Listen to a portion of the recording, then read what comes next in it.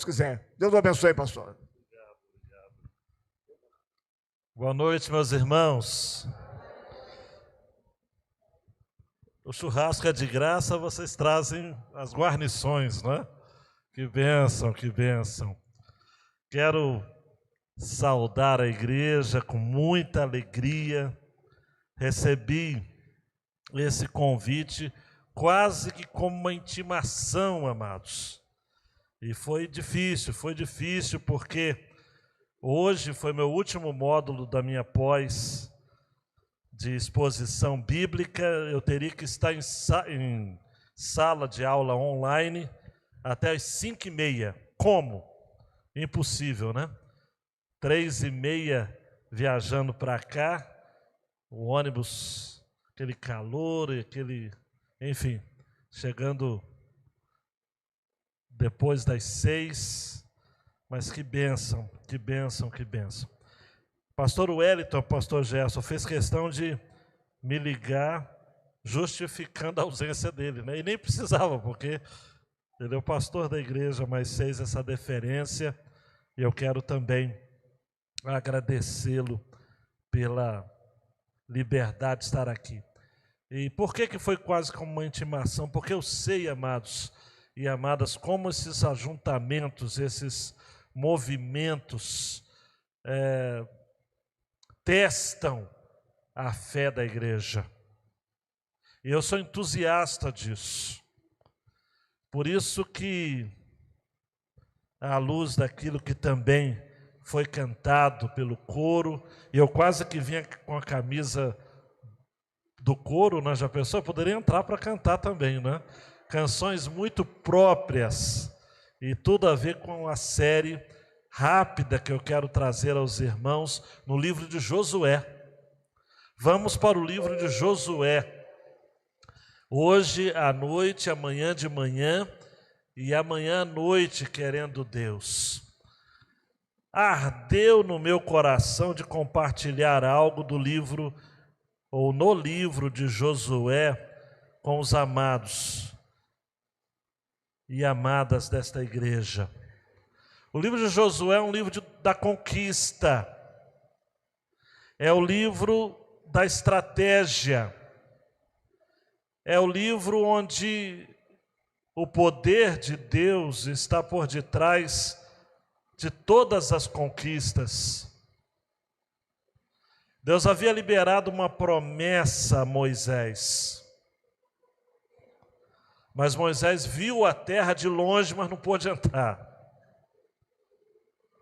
Com 120 anos, Deus manda Moisés subir até um monte, Nebo, e ali ele vê a terra a ser conquistada, mas me permita dizer que ali foi difícil de engolir. Deus disse: Moisés, você vai ver, mas você não vai entrar. Passa o bastão para Josué. Josué, aquele cidadão que caminhava sempre com Moisés, não era um garotão, deveria ter por volta aí de 80 anos, mas era um estrategista, um soldado, um comandante brilhante.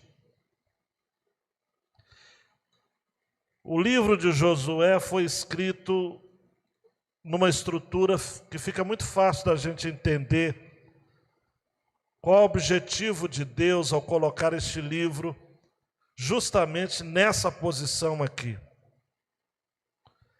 Eu gosto de pensar como Francis Schaeffer, de que o livro de Josué é um livro ponte, como é o livro de Atos dos Apóstolos no Novo Testamento. Qual a relação? Você sai dos 5 primeiros livros de Moisés, os livros da lei, e antes do livro de Juízes, onde o povo já está instalado na terra e vai ficar ali pelos próximos 450 anos, há um hiato. E é preciso se colocar algo neste hiato. Entra o livro de Josué, para nos ensinar de que a ação de Deus foi capítulos 1 a 5, a entrada na terra. Capítulos 6 a 12, a tomada, a conquista da terra. Capítulos 13 a 21, a divisão na terra. Porque eram 12 tribos. Precisavam ser espalhadas ali, tanto naquela região, quanto na Transjordânia. E 22 a 24, a celebração na terra. Eu me aproveitei dessa estrutura do livro para trabalhar hoje o capítulo 22, uma parte, uma porção. Amanhã o capítulo 23, uma outra porção de manhã. E à noite o grande finale, o capítulo 24. Justamente a porção da celebração. E uma celebração da unidade do povo de Deus. Ninguém faz o que essa igreja fez a partir de um contexto de uma pandemia que assustou a todos nós. Eu não estaria sendo exagerado se eu dissesse que traumatizou muitos de nós. Aceitar esse mandato. Entra na terra. Passaram-se os meses, conquista a terra. Depois de algum tempo de vida, estruture a terra. Até chegar a essa parte de celebrar a Deus na terra. Nós estamos aqui. Louvado seja o nome do Senhor. Mas eu preciso dizer que também a estrutura desse livro nos fala de algo para além disso tudo que Josué viveu e que a Igreja Batista Central de Barra Mansa viveu. Porque através de Jesus, nós entramos na terra. E Josué é o nome hebraico de Jesus. Tem tudo a ver. Por que Atos é o livro correspondente a Josué no Novo Testamento? Porque é a ponte que liga os evangelhos a Atos dos Apóstolos, as cartas paulinas e gerais. Então, Atos dos Apóstolos é a ponte entre aquilo que a igreja havia recebido de Jesus com aquilo que ela agora tinha a responsabilidade de compartilhar aos outros. Através de Jesus nós entramos na terra. Em Jesus nós tomamos posse da terra. Porque nós temos acesso a todas as bênçãos celestiais, espirituais, nas regiões celestiais, como Paulo vai dizer em Efésios capítulo 1. Uma vez na terra, nós temos porções, ou conforme o pastor Gerson falou, guarnições, para serem compartilhadas com aqueles que estão em Cristo. E é interessante que lá em Neemias vai ter essa expressão, no capítulo 8, quando da necessidade de se repartir ao povo, sobretudo aqueles que não haviam preparado nada para si. Na ótica do reino, queridão e queridona, ninguém fica desassistido. Há a porção da graça de Deus para cada um, da multiforme graça de Deus, como Pedro vai citar na sua primeira carta, no capítulo 4. E nós antevemos, amados e amadas, aquilo que foi cantado pelo coro, o dia em que celebraremos na nova terra, na terra prometida, na nova Jerusalém. Mas em meio a isso tudo, nós temos que buscar, amados, reforçar a nossa unidade. E o maior testemunho de unidade que podemos dar ao mundo é que somos parte de um povo que cultua o mesmo Deus. Capítulos 22, 23 e 24 são os últimos discursos de Josué. E Richard Hess vai dizer de que cada um dos 3 capítulos finais descreve um único acontecimento. Algo que à primeira vista parece ser eventos como uma coletânea de migalhas, uma disputa entre tribos acerca de um altar, como nós vamos estar vendo hoje, uma fala de despedida, como vamos ver amanhã de manhã, e uma cerimônia de aliança, como vamos ver à noite. No entanto, se você olhar de maneira mais detida e cuidadosa, eu espero que você acompanhe as nossas exposições aqui, vai ficar claro de que todos esses assuntos, discursos, focalizam no único assunto: o nosso Deus, o Deus de Israel, precisa receber da igreja dele, do povo dele, a devida adoração. E como muito caro na tradição reformada, Deus quer ser adorado do modo como Ele mesmo prescreve nas Escrituras. Sem invencionices, sem padrões humanos, mas obedecendo ao que o próprio Deus já determinou. Então a preocupação do povo no capítulo 22, compartilhando um pouco aqui desse contexto, é de que tanto a tribo de Ruben, a tribo de Gade e a meia tribo de Manassés, desde Deuteronômio, desde Moisés, já havia sido determinado de que eles teriam acesso a terras que ficavam para aquém do Jordão. Só que o livro de Josué, lá no capítulo 2, há um tratado, uma aliança, um acordo, de que mesmo assim essas tribos, Ruben, Gade e a metade da tribo de Manassés, iriam participar de todo o processo de conquista para além do Jordão.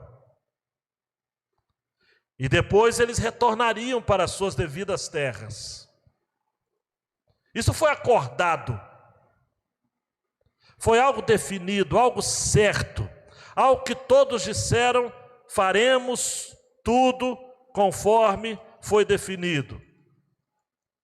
Está lá no capítulo 1, para ser mais preciso, a partir do versículo 10.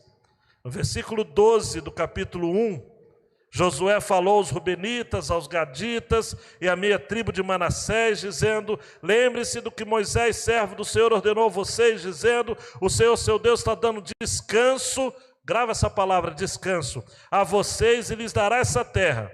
Que as mulheres de vocês, as crianças e o gado fiquem na terra que Moisés lhes deu deste lado do Jordão, mas vocês, todos os valentes, passarão armados na frente de seus irmãos e os ajudarão até que o Senhor conceda descanso aos irmãos de vocês, como deu descanso a vocês, e eles também tomem posse da terra que o Senhor, o Deus de vocês, lhes dá. Depois vocês poderão voltar e tomar posse da terra que Moisés, servo do Senhor, lhes deu por herança desse lado do Jordão para o nascente do sol. Eles responderam a Josué, versículo 16 do capítulo 1, tudo que você nos ordenou faremos, e onde quer que você nos enviar, iremos. Como em tudo obedecemos a Moisés, assim obedeceremos a você. Então somente seja com você o Senhor, seu Deus, como esteve com Moisés, e ainda mais, todo homem que se rebelar contra as ordens que você der e não obedecer as suas palavras em tudo que você lhe ordenar, será morto. Então somente seja forte e corajoso. Combinado? Está combinado? Está combinado.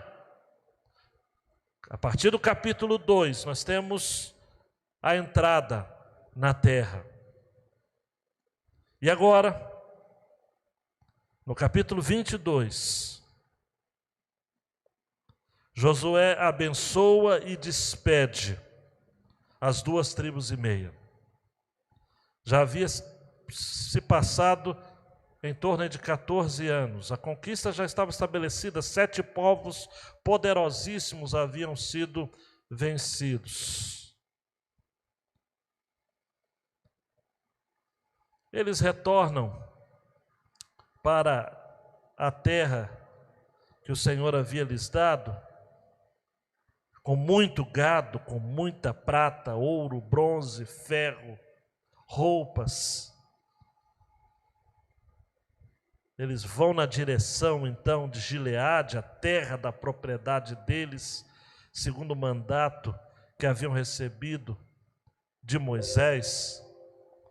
E o que aconteceu? Eles resolvem edificar um altar. Um altar. Versículo 11 diz que os filhos de Israel ouviram dizer: eis que os filhos de Rúben, os filhos de Gade, a meia tribo de Manassés, edificaram um altar diante da terra de Canaã, perto do Jordão, do lado dos filhos de Israel. E ficaram preocupados. Será que é um altar rival? Se muitas das nossas igrejas parecem como o povo de Israel nesse período e tantos outros, logo houve um burburinho. Logo se começou uma discussão. E agora? Esse altar não é o altar do Senhor. Esse altar é em homenagem a quem? Josué, então, sabiamente resolveu enviar líderes do povo para chegar até aqueles líderes das 2,5 tribos para uma conversa. Por isso que a mensagem de hoje tem a ver com isso: ajustes necessários. Conversas inadiáveis. Nós estamos diante de um ruído de comunicação. Nós estamos diante de uma suspeita infundada de que aquele altar seria um altar em adoração ao outro Deus. Quando, na verdade, a intenção daquelas 2,5 tribos era estabelecer um altar do testemunho. Um altar da unidade, porque como aquelas 2,5 tribos seriam separadas pelo Rio Jordão das demais tribos, como que no futuro se poderia empreender um conceito, ou se desenvolver um conceito de unidade entre as tribos? Meu irmão, minha irmã, nós precisamos tomar muito cuidado com isso. Precisamos aprender a conversar.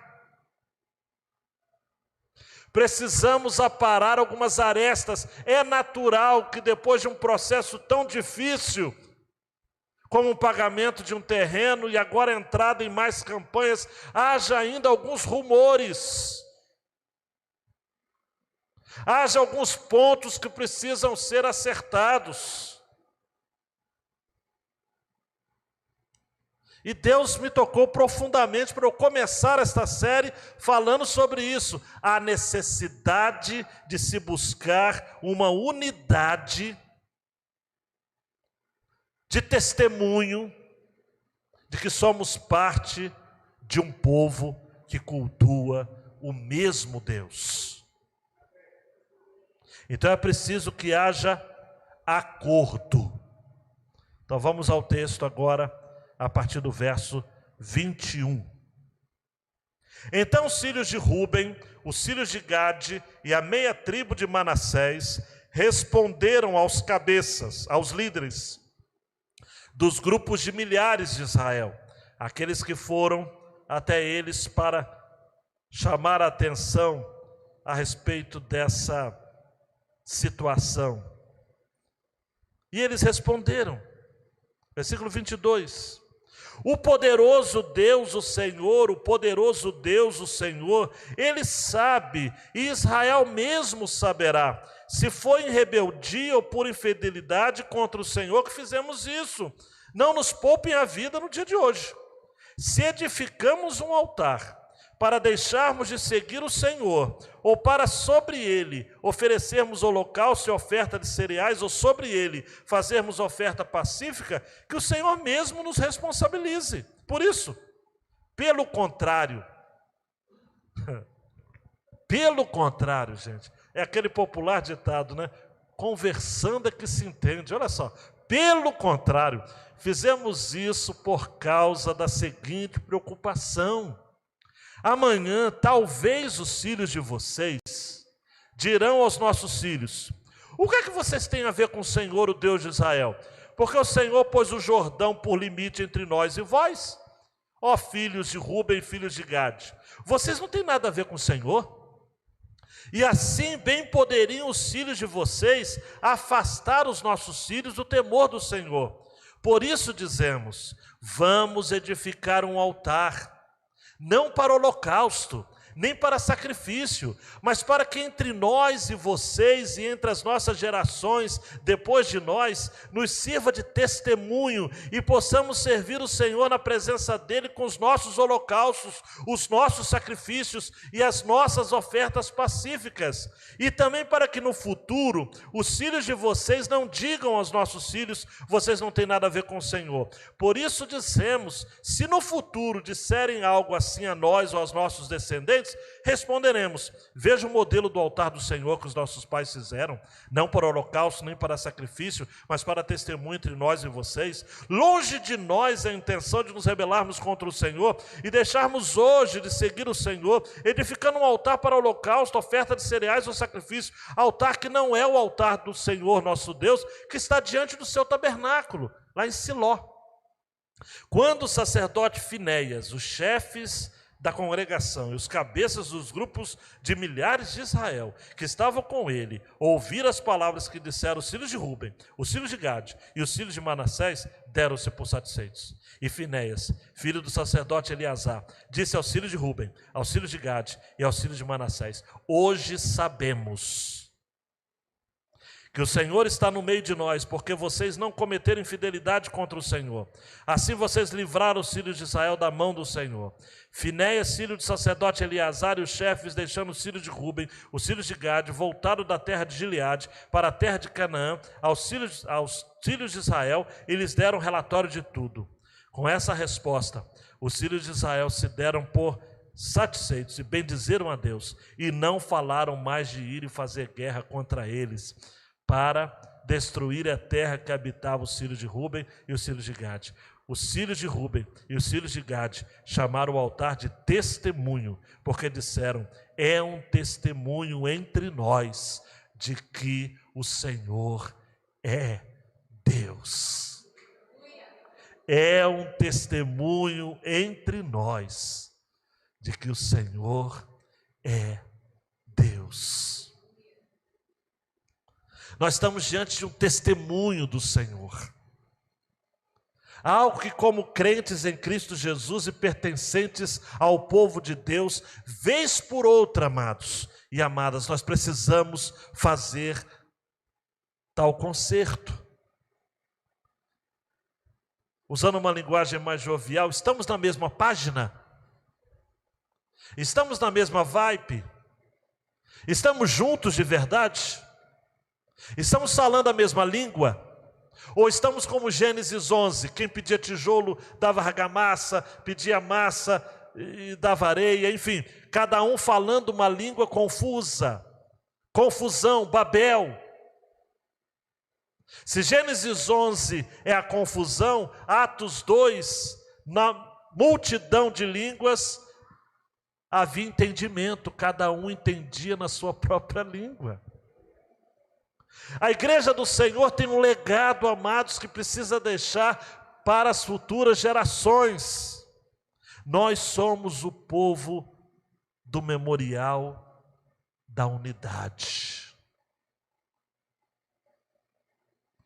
A intenção das tribos do Oriente, do lado de cá do Jordão, era essa: estabelecer um memorial para demarcar uma identidade pactual, uma identidade de pacto, de aliança. Eu já disse para vocês em meio ao texto o ditado que é verdadeiro: conversando é que se entende. Por que essa história acabou bem quando tinha tudo para terminar mal? Francis Schaeffer nos ajuda também. Primeiro, é porque houve uma clara concordância acerca da importância entre doutrina e verdade. Claro que havia uma compreensão taxativa de Israel, das tribos majoritárias, de que a santidade de Deus exige que nos curvemos diante apenas dele e que obedeçamos aos seus mandamentos. Nós não podemos nos esquecer que quando o Senhor deu a Josué estas palavras, foi para que justamente o povo permanecesse junto. Olha, tende cuidado que ameis o Senhor vosso Deus, andeis em todos os seus caminhos, guardeis os seus mandamentos. Por que houve um final feliz para essa história? Por que não houve aqui um fratricídio? Ou uma guerra fratricida, uma guerra entre irmãos? Porque houve esse entendimento. O povo de Deus precisa adorar o único Deus. Precisamos estar juntos. Houve um final feliz também porque aqueles que foram valorosos em sustentar a verdade foram também corajosos para agir com amor. Emprestar os seus ouvidos aos irmãos. Por que tem muita pendenga na igreja? Porque as pessoas não emprestam os seus ouvidos umas às outras. Por que tem muita discórdia na família? Porque os zaps, as mensagens no zap, no grupo da família, são interpretadas apenas com a frieza ou pela frieza da letra. Não se discute, não se conversa, não se sente o calor. O lar deixou de ser lar. Porque lar vem do latim lare, de onde vem a lareira, aquela ideia do cômodo mais quente da casa. Mas está faltando aconchego, está faltando calor, relações frias. Nós estamos diante de um final feliz, amados, porque havia o desejo de manter a verdade, mas também havia coragem para ceder, para ouvir, para considerar o outro, para se valorizar o outro. Qual foi a última vez que você emprestou seu ouvido a alguém que tem algum posicionamento diferente do seu, apenas para que você entenda ou busque entender por que ele pensa assim? O se colocar no lugar do outro. Fazer aquilo como a letra bonita do Jorge Heder nos recomenda, não é? Ame o seu próximo como se fosse você, como se a dor que ele sente doesse mais em você. Esse exercício, amados, da compreensão do outro. Esse sair de si para dar de si ao outro. Se tivesse havido apenas a sustentação da verdade, nunca teria acontecido um final feliz. Teria havido uma guerra. 10 tribos teriam atravessado o rio, matado os outros israelitas, sem falar com ninguém. Teria havido tristeza no meio do equívoco. Muitos conflitos hoje em dia, no mundo, se não todos, partem disso. Mas por causa do amor a Deus, amados, as tribos conversaram. E o amor e a santidade de Deus puderam se encontrar. E o Salmo 85:10 se tornou verdade ali. A justiça e o amor se beijaram.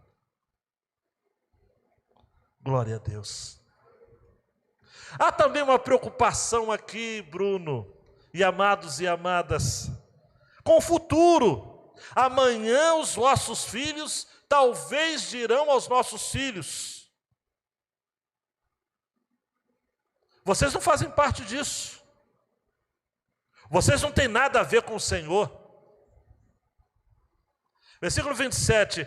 Para que entre nós e vocês e entre as nossas gerações, depois de nós, nos sirva de testemunho e possamos servir o Senhor na presença dEle com os nossos holocaustos, os nossos, repare o pronome sempre, né? Nossos, nossos e nossas. Fazemos parte de um mesmo povo. E os seus filhos vão crescer junto com os nossos filhos. Preocupação com o futuro. Isso é muito interessante, amados. Louvo a Deus pela visão da igreja de fazer uma reforma, uma ampliação, dando prioridade às crianças. Sem saber, é a obediência desse princípio, para que os nossos filhos se sintam participem dessa conquista. Há uma bonita confissão de unidade da fé nesse texto, porque não se pode caminhar com quem não tem uma mesma confissão de fé que a nossa. Esse texto não é uma abertura, uma concessão para que estejamos chamando de irmãos quem não são nossos irmãos. As 2,5 tribos do lado do Oriente tinham tudo a ver com as outras 9,5 tribos do ocidente do Jordão. O Jordão não poderia separá-los, até mesmo porque o Jordão não é para separar o povo de Deus, amados, porque quando se atravessa o Jordão é que se conquista a terra prometida. Os irmãos afro-americanos se utilizaram muito dessa metáfora do Jordão, do Rio Jordão, nos seus famosos hinos, falando acerca da a segunda vinda do Senhor Jesus. E descanso encontrarei salvo além do rio. Nós somos sim devedores aos nossos irmãos. Nós temos sim, amados, que estabelecermos um altar de testemunho neste lugar. E é tão interessante esse texto que quando há toda essa explicação, olha, o nosso propósito é esse, e o texto se repete, não é? Para ficar muito claro, o redator fez questão de dizer o seguinte, olha, era para ficar muito claro que tudo era uma questão de testemunho. Que na hora de nominar o altar, me parece, alguns comentaristas concordam, no versículo 34, que esse altar não tinha nem nome. Então deram o nome de altar do testemunho. Altar do testemunho. Testemunho do amor. Romanos 13:8 vai dizer, não fiquem devendo nada a ninguém, exceto o amor de uns para com os outros, porque quem ama o próximo, cumpre a lei. Mateus Henry vai dizer que apesar de estarmos tranquilos em nosso coração, contudo há uma satisfação que devemos aos nossos irmãos que estão em dúvida quanto à nossa integridade. E nós devemos estar prontos para apresentar com humildade e temor as nossas razões, as nossas justificativas, as nossas demandas. Eu sei que alguns devem estar pensando o seguinte, mas eles estavam sinceros, então para que ficar explicando? Eles não tinham que dar explicação para ninguém? Tinham. Quem é irmão, dá explicação para o outro irmão. Quem é da mesma família precisa se comunicar. Tem que abrir o bico. Tem que falar o que está doendo. Como é que o outro vai adivinhar que você ficou chateado com ele porque no dia do aniversário você foi no shopping e não convidou ele? Como é que ele vai saber? Abre o bico, fala. Mas Deus conhece a sinceridade do meu coração. Deus sabe, mas seu irmão sabe. Se ele não sabe, fala para ele. Vai, fala com ele. Em João 13, o nosso Jesus, João registra assim, e tendo amado os seus, amou-os até o fim, e lavou os pés de todos, incluindo de Judas. Aquele que iria traí-lo em questões de horas. Se Deus conhece nossa sinceridade, Mateus Henry vai dizer, os outros também deveriam conhecê-la pelos nossos frutos, especialmente aqueles que, embora estejam enganados a nosso respeito, mostram zelo pela glória de Deus, como aconteceu aqui com as 10 tribos aqui. As tribos do Ocidente eram tão zelosas quanto as tribos do Oriente. Só havia entre eles um Jordão, mas o Jordão não era o verdadeiro limite. O que era o verdadeiro limite, amados, era a falta de conversa, de profundidade no relacionamento. Eles lutaram juntos, amados.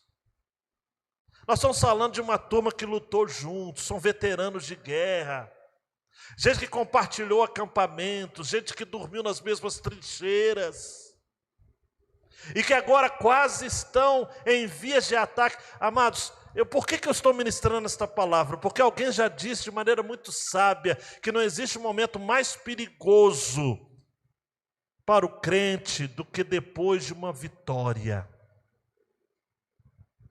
Jesus foi tentado após o batismo.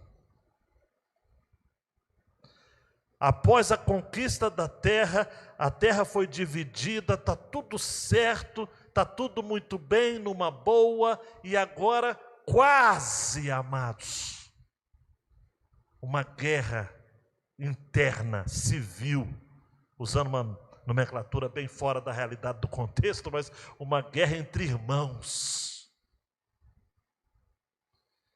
E isso tem tudo a ver com a nossa família. E talvez você esteja agora pensando o seguinte: pastor, isso tem a ver com a minha família. A gente está conquistando algumas coisas, mas de repente, quando a gente acha que está tudo bem, olha, a coisa começa a complicar. Pode acontecer com a igreja, pode acontecer no trabalho, em qualquer contexto humano, amados. Tem que se renovar os compromissos de amor e fé na caminhada.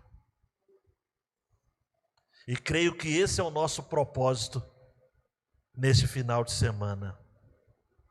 Finéias, o filho do sacerdote Eleazar, no versículo 31 diz: hoje sabemos que o Senhor está no meio de nós, porque vocês não cometeram infidelidade contra o Senhor. Foi o mesmo que o salmista Davi disse no Salmo de número 133.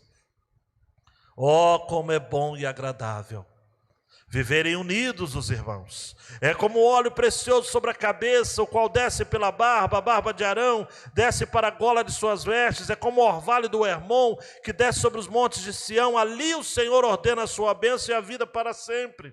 Na história do povo de Deus, amados, isso sempre foi algo taxativo, algo normativo.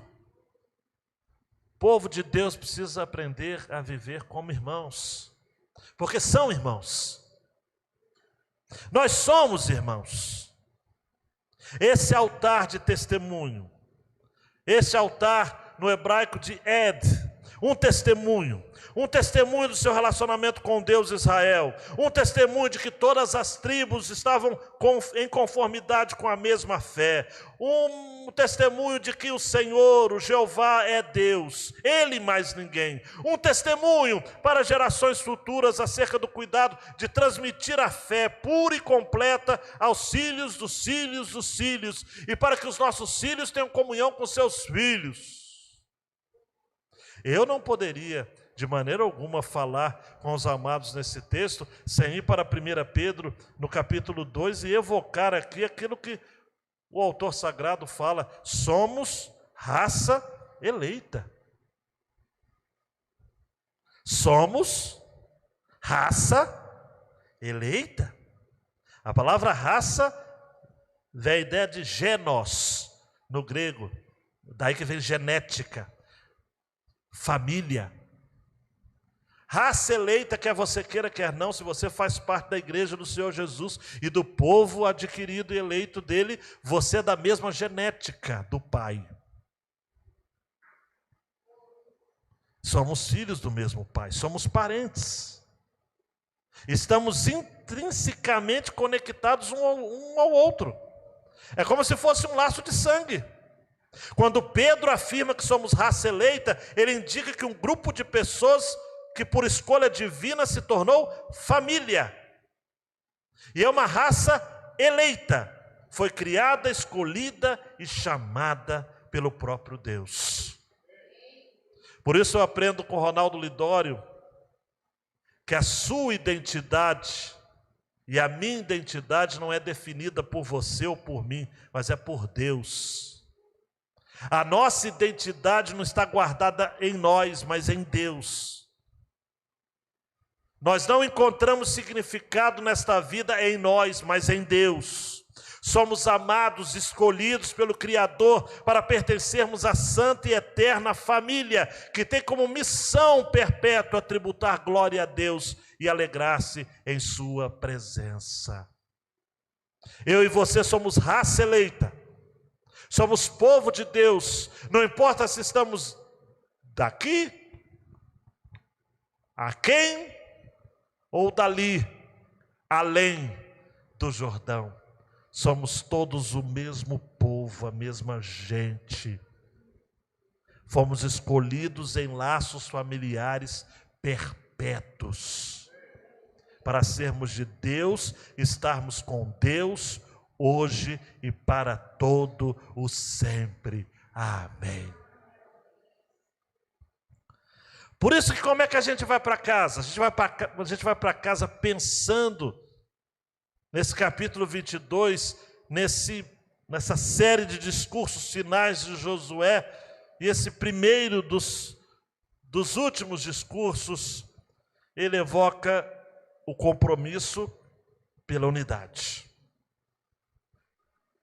E nessa unidade, meu irmão, minha irmã, por favor, não me queira mal, nós não vamos sacrificar a verdade, mas iremos falá-la em amor, como aprendemos com o apóstolo Paulo. Vamos lidar uns com os outros em amor. Vamos ter coragem de ouvir, de considerar, de muitas vezes ao longo do processo reconhecer, olha, tivemos alguns excessos, mas vamos caminhar juntos. Vamos apelar para os que estão andando rápido demais a diminuírem um pouco o passo. Mas também vamos apelar para aqueles que estão devagar demais, para que apressem um pouco o passo. Vamos buscar estarmos juntos. Os que já completaram, já passaram pela década dos 10, dos 20, dos 30, dos 40, dos 50, dos 60, dos 70, dos 80, vamos parar por aqui, todos caminhando juntos, para que a gente possa viver aquilo que Jeremias disse no capítulo 32, eu lhes darei um só coração, e um só caminho, para que me temam todos os dias, para o seu próprio bem e o bem de seus filhos. Farei com eles uma aliança eterna, segundo a qual não deixarei de lhes fazer o bem. Porei o meu temor no coração deles, para que nunca se afastem de mim. Terei alegria em lhes fazer o bem. Olha só que maravilha, amados. Deus está dizendo, Ele tem alegria de nos fazer bem. E os plantarei firmemente nesta terra, de todo o meu coração e de toda a minha alma. Paul Washer vai dizer de que a evidência de que Deus fez uma aliança eterna conosco é que Ele põe temor de Deus em nosso coração, para que a gente não se afaste dEle, para que sejamos como aquilo que Charles Spurgeon disse, os filhos de Deus não sabem nem pecar direito. Porque se você se afastar e Ele não discipliná-lo, você vai continuar se afastando dEle. E aí, se segura, viu?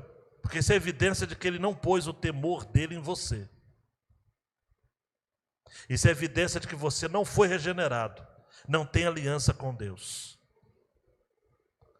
Agora, se a cada tropeço, se a cada mancada, se a cada vacilo, se a cada disse-me-disse, se a cada inconveniência histórica, como nós estamos lidando no capítulo 22 de Josué, isso pesar no seu coração de tal modo que Deus vai lhe cobrar, que você ouça, que você incline seu coração e que você busque a reconciliação, para que aquilo que Paulo disse em Romanos capítulo 12 seja verdadeiro, no que depender de vós, tende paz com todos. Os amáveis e os não amáveis, os tratáveis e os não tratáveis, os engolíveis e os não engolíveis. Porque tem gente que é difícil de encarar. Por fim, como o coro cantou aqui, nós precisamos erguer altares de testemunho, amados, em nosso meio. As nossas igrejas brigam muito. Os membros das nossas igrejas brigam muito. As nossas igrejas brigam muito. Os nossos pastores brigam muito. Isso é reflexo das famílias que brigam muito, dos homens e mulheres da sociedade civil que brigam muito, dos governos e autoridades constituídas que brigam muito. A nossa cidade, amados, nosso estado, nosso país e o mundo inteiro precisa saber que nós fazemos parte do povo que vai morar no céu. E não adianta, em Apocalipse 7 vai dizer: vi, eis que uma grande multidão que ninguém podia contar, de todas as nações, tribos, povos e línguas, em pé diante do trono, diante do Cordeiro, vestidos de vestes brancas, com ramos de palmeira nas mãos, e clamavam com voz forte, dizendo: ao nosso Deus que está sentado no trono e ao Cordeiro pertence a salvação. J.C. Ryle, grande bispo inglês do século XVIII, ele disse que aqui é muito difícil adorar a Deus com regozijo e com alegria, por conta das tristezas, amados, cuidados, preocupações deste mundo, linhas trocadas, dificuldades de reconciliação, lágrimas devido à perda daqueles que amávamos, muitas vezes tornam árduo cantar louvores. Esperanças frustradas e tristezas familiares muitas vezes nos fazem pendurar nossas harpas nos salgueiros, conforme o Salmo de número 139. Lá toda lágrima será enxugada. Todo santo que morreu em Cristo nos verá novamente. Todas as coisas difíceis da jornada da nossa vida se tornarão claras e nítidas como o sol ao meio-dia. Aqui nós sentimos como que estamos comparativamente sozinhos. Até na casa de Deus, verdadeiros adoradores espirituais são tão poucos. Mas lá, na glória celestial, veremos toda a multidão de irmãos e irmãs que nenhum homem pode numerar. Todos eles terão uma só mente, um só coração, estarão livres de toda mancha, fraqueza e imperfeição, regozijando-se todos no mesmo Salvador e prontos para passarem a eternidade em seu louvor. E aí ele termina dizendo: no céu teremos muitos companheiros de adoração. Quero terminar compartilhando com vocês o seguinte: o salmo de se pendurar as harpas nos salgueiros é o 137, que historicamente o texto está abordado antes do salmo de número 126, que é o salmo em que o povo canta em peregrinação a Jerusalém, dizendo que agora haveria alegria, porque grandes coisas fez o Senhor por nós. E por isso estamos alegres. Não pendure suas harpas nos salgueiros. Aguarde o tempo do Senhor de voltar a cantar na terra do Senhor, dizendo: grandes coisas fez o Senhor por nós. E por isso estamos alegres. Mas tem um processo. E o processo está no verso final do Salmo de número 126. Aquele que sai andando e chorando, levando a semente consigo,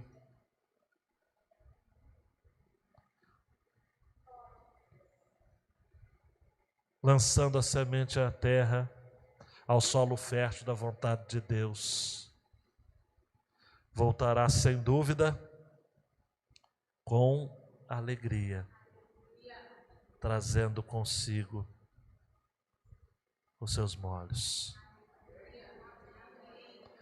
Tem gente que está só no Salmo 137. Não dá para cantar em terra estranha.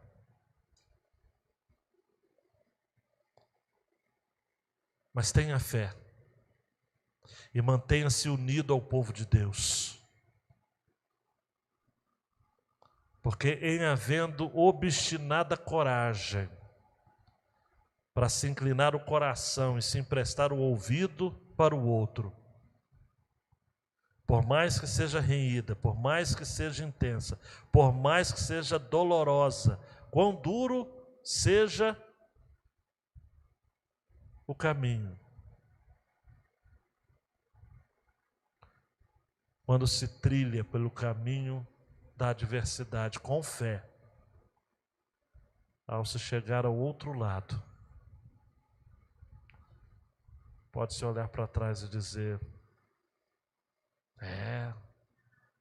quando o Senhor restaurou a nossa sorte, éramos como os que estão sonhando, mas a nossa boca se encheu de riso e a nossa língua de cânticos, porque não tínhamos outro testemunho a dar a não ser: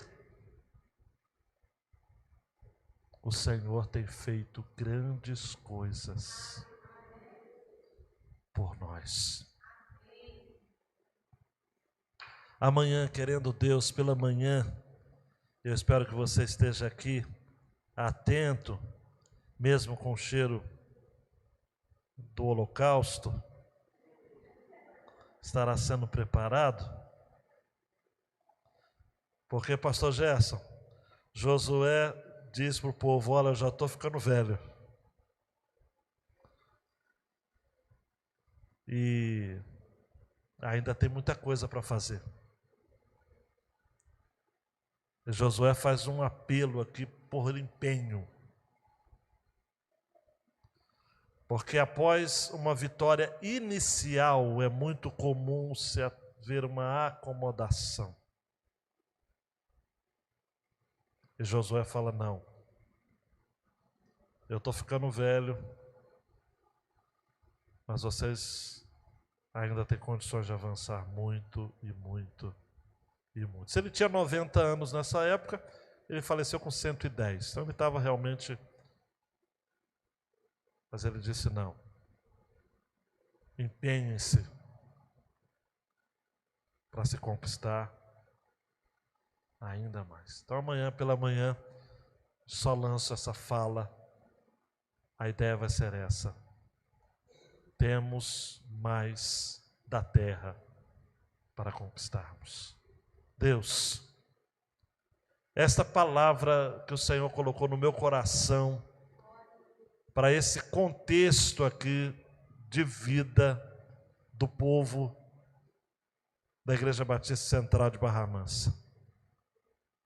É fato, Deus, de que esta palavra cala fundo sempre no nosso coração, porque nos fala de testemunho, de altar, de unidade, dessa exortação que preveniu, a partir de uma postura de amor, uma guerra.